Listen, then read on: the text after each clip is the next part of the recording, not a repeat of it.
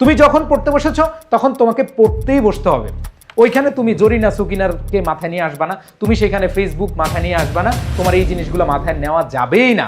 মাত্র 3 মাসে টেনে টুনে A+ যারা পেতে চাচ্ছ তোমাদের সবাইকে বলবো খুব মনোযোগ দিয়ে শুনবে। তোমার হাতে সময় কম, কোনো সমস্যা নেই, তুমি এই সময়টুকু যদি সর্বোচ্চ ইউটিলাইজ করতে পারো তোমার টেনে টুনে A+ হয়ে যাবে ইনশাল্লাহ। হ্যাঁ প্রাণপ্রিয় শিক্ষার্থীরা, অনেক সময় তোমরা হাতে পেয়েছো, ভালোভাবে ইউটিলাইজ করতে পারোনি, নো আফসোস।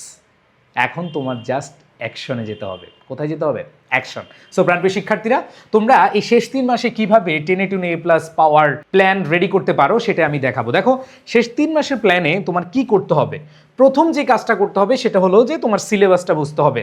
প্রাণপ্রিয় শিক্ষার্থীরা, একটু খেয়াল করে দেখো, তোমাদের প্রত্যেকটা সাবজেক্টের সিলেবাস দেওয়া আছে, প্রত্যেকটা সাবজেক্টের মার্কস ডিস্ট্রিবিউশন দেওয়া আছে। ওই 100 মার্কের মধ্যে তোমাকে 80 টার্গেট করতে হবে। তার মানে এখানে যে সিলেবাস দেওয়া আছে সেই সিলেবাস একবারে যা আছে ঠাড়া মুখস্থ করতে হবে এরকম কোনো অবস্থা নাই।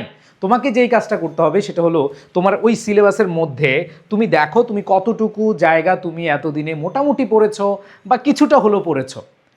যদি এটা তুমি বুঝতে পারো যে হ্যাঁ তোমার কিছু টপিক আছে যেগুলো তুমি পাওয়ার ব্যাংক হিসেবে কাজে লাগাতে পারো, মানে হচ্ছে তুমি না পড়লেও নম্বর পাবা। কিছু কিছু টপিক আছে যে তোমার দেখলেই ভালো লাগে, এমনি নাম্বার পাও, ঠিক আছে, আর্টিকেল আছে, স্পেশাল ইউজেস আছে, কিছু কিছু টপিক আছে না যে কম পড়লেও তুমি ভালো নাম্বার পেয়ে যেতে পারো।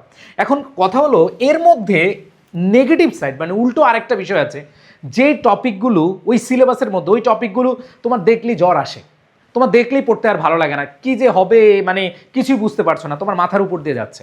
সো তোমাকে ওইভাবে খুঁজে নিতে হবে, সিলেবাস অ্যানালাইসিস করে তোমার কোন বিষয়গুলো অনেক বেশি কঠিন লাগতেছে, কোন বিষয়গুলো সহজ লাগতেছে, এই দুইটার মধ্যে তোমার অবশ্যই মেজার করতে হবে। প্রাণপ্রিয় শিক্ষার্থীরা, যখন দেখবা তোমার এই জিনিসটা মাথায় চলে আসছে তখন তুমি একটা রোড ম্যাপ বানাতে পারবা, তুমি টার্গেট করতে পারবা যে তোমার কোন জায়গায় বেশি ল্যাকিংস আর কোন জায়গায় কম ল্যাকিংস আছে। সো ওইভাবে তুমি প্রস্তুতিটা নিতে পারবা। সো সিলেবাস অ্যানালাইসিস করার পরে যেই টপিকগুলো তুমি পড়বা ওই টপিকগুলোর সাথে ওই টপিকগুলো তুমি লিখে নাও। ওই টপিকগুলো লিখার পরে তুমি আগে বেসিক ক্লিয়ার করো। বেসিক স্বাভাবিকভাবে প্রত্যেকটা টপিকের টুকটাক বেসিক মোটামুটি তোমরা জানো, বা যদি তোমাদের জানা লাগে সেগুলো জেনে ফেলবা। এরপর হচ্ছে তুমি বোর্ড প্রশ্ন, এখন কাজ হচ্ছে বেশি বেশি তুমি বোর্ড প্রশ্নে কি করো, প্রায়োরিটি দাও।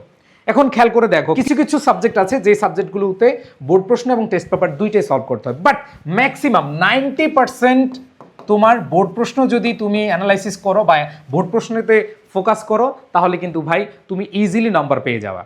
এখন দেখো, তুমি যে টপিকটা পড়লা ওই টপিকটা পড়ার পরে তুমি বোর্ড প্রশ্ন সলভ করো, জাস্ট বোর্ড প্রশ্ন সলভ করলেও তোমার 90% প্রিপারেশন হয়ে যাবে। তাহলে আর 10%-এর জন্য তুমি টেস্ট পেপার থেকে কিছু শীর্ষস্থানীয় কলেজ তুমি কি করতে পারো, প্র্যাকটিস করে যেতে পারো। দ্যাট মিনস আমি তোমাদের বলবো যে এইখানে তুমি প্রত্যেকটা টপিকের physics, chemistry, math, biology, accounting, management, যুক্তিবিদ্যা, অর্থনীতি, যে কোনো সাবজেক্টের তুমি হচ্ছে বোর্ড প্রশ্নকে কি করো, বেশি প্রায়োরিটি দাও। এরপরে তুমি সাথে টেস্ট পেপার থেকে কিছু বোর্ড কোয়েশ্চেনের পাশাপাশি তুমি হচ্ছে শীর্ষস্থানীয় কলেজের প্রশ্ন দেখে যেতে পারো। এটা আমি বলবো যে এত ম্যান্ডেটরি না, যদি তোমার হাতে বেশি সময় না থাকে okay you can skip, but করতে পারলে সবচেয়ে বেশি ভালো। সো এই 3টা জিনিস তুমি করলা। এখন কথা হলো যে এখানে তোমার ডেইলি রুটিন কিভাবে হওয়া উচিত।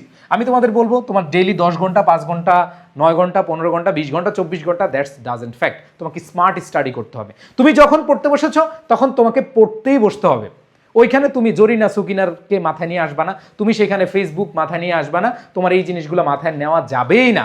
তুমি দেখো, তুমি যদি এখন কোনোভাবে ডাইভার্ট হয়ে যাও পড়তে বসে তাহলে এই সময়টা তুমি আর ফিরে পাবা না। সো তুমি যেই কাজটা করবা, যখন পড়তে বসবা তখন কিচ্ছু মাথায় রাখবা না, তুমি জাস্ট একটা জিনিস মাথায় রাখবা যে তোমার জন্য একটা বিষয় এখন পড়তে হবে এবং এর বাহিরে তোমার মাথায় কিছু যেন না আসে, সেজন্য টোটাল ডিস্ট্রাকশনগুলো দূরে রাখতে হবে। ধরো তুমি সকালে 3-4 ঘন্টা উঠে তোমার যে সাবজেক্টগুলো একটু কঠিন লাগে, ওই যে বললাম অ্যানালাইসিস করে দেখলা যেগুলো একটু কঠিন, ধরো তোমার গ্রুপের subject physics, chemistry, math, accounting বা যেটাই লাগুক তোমার, অথবা ইকোনমিক্স, যে টপিকগুলো বা যে সাবজেক্টগুলো বেশি কঠিন লাগে এটা আমি আলাদা করে তোমাদেরকে বলবো না, তোমরা নিজেরা হচ্ছে লিখে ফেলবা বা নিজেরাই সেটা হচ্ছে রুটিন বানিয়ে ফেলবা। তুমি সকাল 3-4 ঘন্টা একটা টাইম নাও, 3 থেকে 4 ঘন্টার একটা টাইম নাও, ওই টাইমে তুমি হচ্ছে যেগুলো কঠিন লাগে তোমার, কারণ সকালবেলা আমাদের মাইন্ড খুবই ফ্রেশ থাকে, সকালের পড়াটা খুবই ইফেক্টিভ। আমি পার্সোনালি আমি যখন পড়াশোনা করেছি আমি নিজেও সেটাতে বেনিফিট পেয়েছি যে হ্যাঁ সকালবেলা পড়াটা আমাকে অনেক বেশি হেল্প করেছে। সো প্রাণপ্রিয় শিক্ষার্থীরা, তোমরা সকালে 3-4 ঘন্টার একটা রুটিন করে ফেলো। এরপরে তুমি দুপুর যে কোনো সময় তুমি হচ্ছে প্র্যাকটিস এবং সিকিউ রাইটিং, তুমি প্র্যাকটিস এবং সিকিউ রাইটিংয়ের জন্য রাখো, কারণ দুপুরবেলা অনেকের একটু বোরিং লাগে পড়তে। সো সেই ক্ষেত্রে অনেক বেশি প্র্যাকটিস করো, এমসিকিউ প্র্যাকটিস করো, তুমি হয়তো বা সিকিউ প্রশ্নগুলো দেখো, অথবা তুমি হচ্ছে যে তোমার যেখানে যেখানে যেখানে প্রবলেমগুলো তুমি ফাইন্ডিং পেয়েছো সেখান থেকে বেশি বেশি তুমি প্র্যাকটিস করো। এই জিনিসগুলো তুমি করতে পারো দুপুরে। কয় ঘন্টা? তুমি এইখানে মোটামুটি 3 থেকে 4 ঘন্টা তুমি রাখতে পারো। এরপর দেখো রাত বা সন্ধ্যা থেকে তুমি 10টা 11টা যতক্ষণ লাগে তুমি ইবিআই, বাংলা, ইংলিশ, আইসিটি যে কমন সাবজেক্টগুলো তোমার রয়েছে সেগুলো তুমি পড়ো। সো আমি জাস্ট একটা আইডিয়া দিলাম যে তুমি এইখান থেকে এইভাবে তুমি কি করতে পারো, পড়তে পারো। সো তুমি কিভাবে সাজাবে এটা তোমার ব্যাপার, বাট আমি তোমাদের দেখালাম যে সকালে কোন কোন সাবজেক্টগুলো পড়া উচিত, দুপুরে কখন কিভাবে পড়া উচিত, এবং রাত কখন থেকে কখন তুমি পড়বা কোন সাবজেক্টগুলো। সো আমি বলবো যে কমন সাবজেক্ট যেগুলো রয়েছে বাংলা, ইংলিশ, আইসিটি, এগুলো তুমি চাইলে কি করতে পারো, তুমি হচ্ছে এগুলো রাতে নিয়ে যেতে পারো, আর সকাল এবং দুপুরে তোমার ওই সাবজেক্টগুলোকে তুমি ভাগ করে তারপর হচ্ছে এইভাবে প্র্যাকটিসের জন্য রাখো।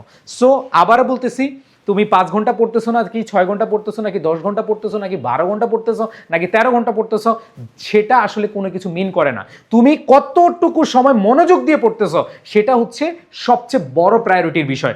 আবারও বলতেছি, স্মার্টলি পড়ো।